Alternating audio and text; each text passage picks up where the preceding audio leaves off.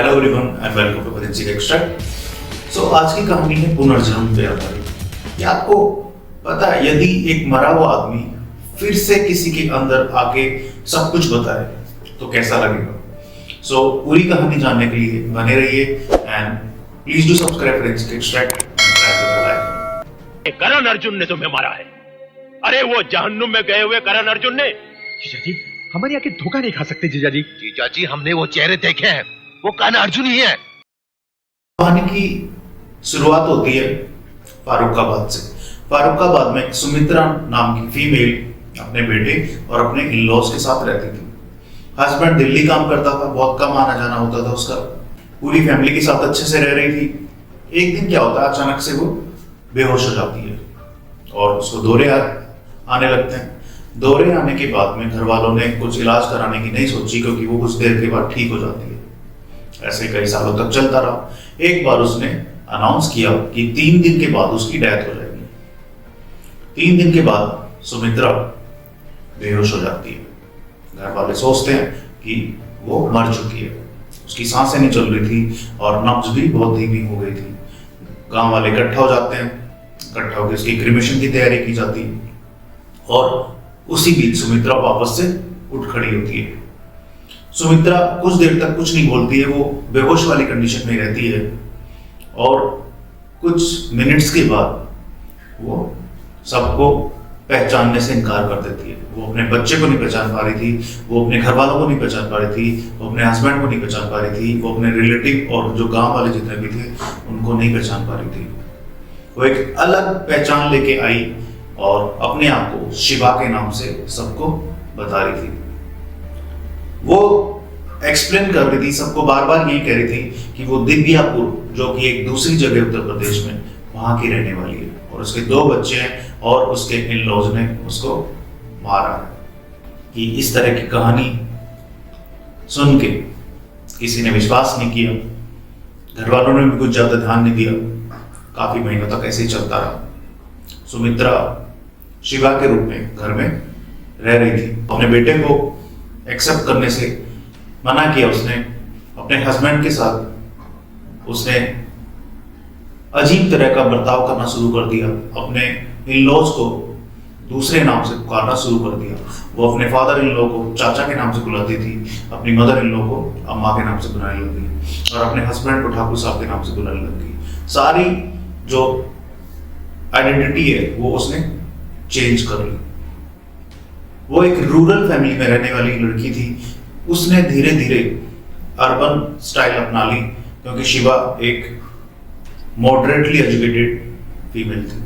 BA करा था उसने और वो एक लेक्चरर थे कॉलेज में, उनकी बेटी थी।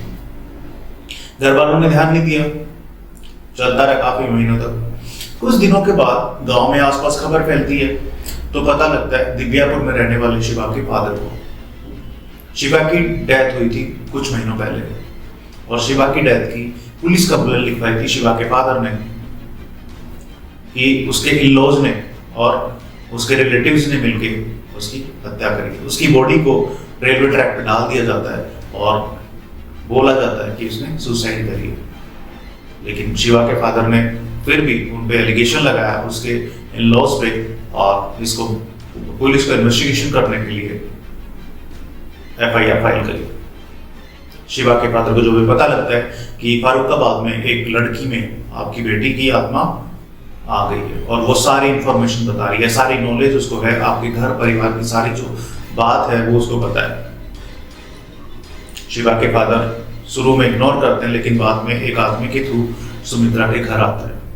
जैसे शिवा के फादर को सुमित्रा देखती है, वो उठ खड़ी होती है और उनको अपने फादर के नाम से रेस्पॉन्ड करती है।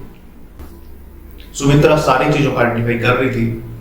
उसके फादर ने उसको एक फोटो एल्बम दिखाया जिसमें सारे घर के रिलेटिव थे शिवा के, उनको सुमित्रा ने आइडेंटिफाई किया। सुमित्रा ने सारे जितने भी घर वाले थे उनका बर्थ ऑर्डर उसको पता था। अपने 2 बेटे थे शिवा के 2 बेटों का नाम और उनका जन्म, बर्थ प्लेस सब पता था उसको। अपनी एजुकेशन जहाँ से उसने पढ़ी, उन यूनिवर्सिटीज, उन कॉलेजेस के नाम पता थे उसको। यहाँ तक पता था कि शिवा की कौन से कपड़े कहाँ रखे हैं, उसने एड्रेस करा कि उसकी येलो साड़ी उस कबर्ड में रखी है, वो वहीं मिली। उसने ये भी बताया कि उसकी रिस्ट वॉच है वो उस बॉक्स में रखी है, वो वहीं मिली। ऐसी कई सारी छोटी छोटी इंफॉर्मेशन उसने बताई। सब लोग सरप्राइज्ड होते हैं और अलग अलग लोगों को बुला के जो कि शिवा से रिलेटेड थे सुमित्रा से पहचान करवाई जाती है। सुमित्रा पहले ही उनको पहचान लेती थी। किसी को कुछ समझ में नहीं आ रहा था कि ये हो क्या रहा है। कोई एक्सप्लेनेशन भी नहीं था इस चीज का कि आखिर सुमित्रा को शिवा का, उसकी पर्सनल लाइफ का, उससे रिलेटेड जो जिंदगी थी उसका इतना गहरा, उतना डेप्थ में कैसे पता है। कई महीनों तक यूं ही चलता रहा। वहां पे उस वक्त कोई टीवी, कोई न्यूज, कोई रेडियो कुछ नहीं था। कुछ लोगों के पास जो कि वहां के शॉपकीपर्स थे, उनके पास कुछ न्यूज़पेपर्स आते थे। सो पुलिस ने सस्पेक्ट करा कि सुमित्रा ने न्यूज़पेपर में पढ़ा होगा, किसी के थ्रू उसको शिवा से रिलेटेड कोई इंफॉर्मेशन मिली होगी। लेकिन न्यूज़पेपर में जितनी इंफॉर्मेशन थी उससे कई गुना ज्यादा इंफॉर्मेशन सुमित्रा पुलिस को और बाकी लोगों को बता रही थी। और कई सारे लोगों का बयान लिखा गया लेकिन कुछ क्लियर कट निकल के नहीं आया। पुलिस इन्वेस्टिगेशन जारी था। इसी बीच पुलिस ने पता किया कि कहीं कोई कॉमन सोर्स तो नहीं है। गांव में शादी करवाने वाले लोग होते हैं, कई सारे लोग होते हैं जो एक गांव से दूसरी जगह ट्रांसपोर्ट करते हैं, अपना सामान ले जाते हैं, लाते हैं, बार बार विजिट करते हैं। तो पुलिस ने ऐसे कॉमन लोगों को आइडेंटिफाई किया, उनके स्टेटमेंट्स लिए, लेकिन कोई भी शिवा को नहीं जानता था, कोई भी सुमित्रा को भी नहीं जानता था। कोई क्लियर एविडेंस, कुछ प्रूफ नहीं मिल पा रहा था। पुलिस ने डिस्टेंस देखी कि फारुखाबाद से दिव्यापुर, दोनों उत्तर प्रदेश में, दोनों की डिस्टेंस 100 किलोमीटर के आसपास है। सो यहां से सुमित्रा का उस जगह तक पहुंचना भी नामुमकिन था। सुमित्रा को शिवा से रिलेटेड सारी इंफॉर्मेशन पता था। एक बार जब शिवा के फादर उसके बच्चों को लेके सुमित्रा के सामने आते हैं तो सुमित्रा उनको पकड़ के रोना शुरू कर देती है। सुमित्रा शिवा की डेथ की सारी कहानी उसके फादर और पुलिस को बताती है कि किस तरह से उसका मर्डर करा गया, किस तरह से उसको मारा गया, उसके इन-लॉज ने किस तरह से उसको मारा। सारी कहानी बताती है। लेकिन अभी ये कंफर्म नहीं हुआ, अभी तक कंफर्म नहीं हुआ कि शिवा का एक्चुअल में मर्डर हुआ था या वो सुसाइड था।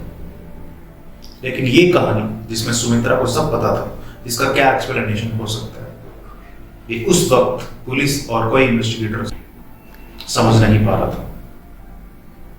काफी महीनों तक केस चलता रहता है और सुमित्रा इसी अलग तरह की पहचान के साथ जीती है। घर वाले भी वही उसी आइडेंटिटी के साथ रहते हैं। हालांकि उस बीच सुमित्रा का हस्बैंड उसी के साथ रहना शुरू कर देता है। साइंटिफिक क्या एक्सप्लेनेशन हो सकता है इसका? अभी तक बहुत सारी रिसर्च और स्टडीज हुई हैं। केस को किस तरह से एक्सप्लेन करा जा सकता है? पहला तो फ्रॉड के बेसिस पे कि सुमित्रा को कोई फ्रॉड करना था, इसलिए उसने शिवा बन के और अपनी आइडेंटिटी छुपाने की कोशिश करी। लेकिन इतनी सारी इंफॉर्मेशन बिना किसी मोटिव के, बिना किसी अंडरलाइन मोटिव के, बिना किसी फाइनेंशियल बेनिफिट के, कुछ बेनिफिट नहीं होने वाला था उसको उस चीज से। सो फ्रॉड रूल आउट हो जाता है इसमें। कुछ तरह का उसका इंटेंशन ही था कि शिवा के रिलेटेड जो उसके फादर थे, जो उसके इन-लॉज थे, उनसे कोई फ्रॉड का कोई आशंका हो। दूसरा एक्सप्लेनेशन है रिप्लेसमेंट रीइंकार्नेशन। ये टर्म है, ये रिप्लेसमेंट रीइंकार्नेशन। रीइंकार्नेशन के बारे में आपने सुना होगा, पुनर्जन्म, जिसमें फिर से आदमी पैदा होता है। सो रिप्लेसमेंट रीइंकार्नेशन में क्या होता है? एक मरा हुआ आदमी एक जिंदे आदमी की बॉडी में एक आइडेंटिटी को रिप्लेस कर देता है। सो जो जिंदा आदमी है वो अपनी आइडेंटिटी भूल के एक मरे हुए आदमी की आइडेंटिटी ले लेता है और वो सारी इंफॉर्मेशन आ जाती है। वो इंफॉर्मेशन कहाँ से आती है? इस इंफॉर्मेशन को हम या तो पैरानॉर्मल एक्टिविटी के थ्रू एक्सप्लेन कर सकते हैं या फिर टेलीपैथी, माइंड रीडिंग। टेलीपैथी के थ्रू एक ब्रेन में क्या चल रहा है दूसरा ब्रेन उसको जान लेता है, टेलीपैथी। और एक्सप्लेनेशन है जिसमें एक साइकेट्रिक डिसऑर्डर है, डिसोसिएटिव आइडेंटिटी डिसऑर्डर, जिसमें एक इंडिविजुअल एक दूसरे इंडिविजुअल की कंप्लीट और पार्शियल आइडेंटिटी ले लेता है। आपका क्या व्यू है इस हाइपोथेसिस के बारे में और केस के बारे में, ये प्लीज कमेंट बॉक्स में बताएं।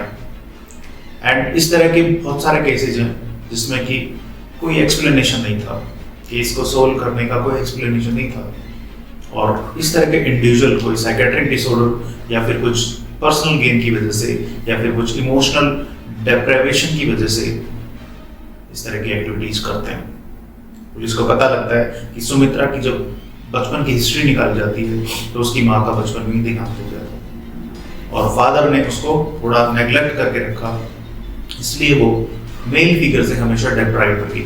हस्बैंड भी शादी के बाद में दिल्ली रहता था, तो इसलिए बाद में भी वो डेप्राइव फील करती थी। जब उसने सारी इंफॉर्मेशन बतानी शुरू करी, अपनी आइडेंटिटी चेंज करी शिवा के तौर पे, तो उसका हस्बैंड भी उसके साथ रहने लग गया, उसको ज्यादा अटेंशन मिला। तो ये भी एक एक्सप्लेनेशन हो सकता है।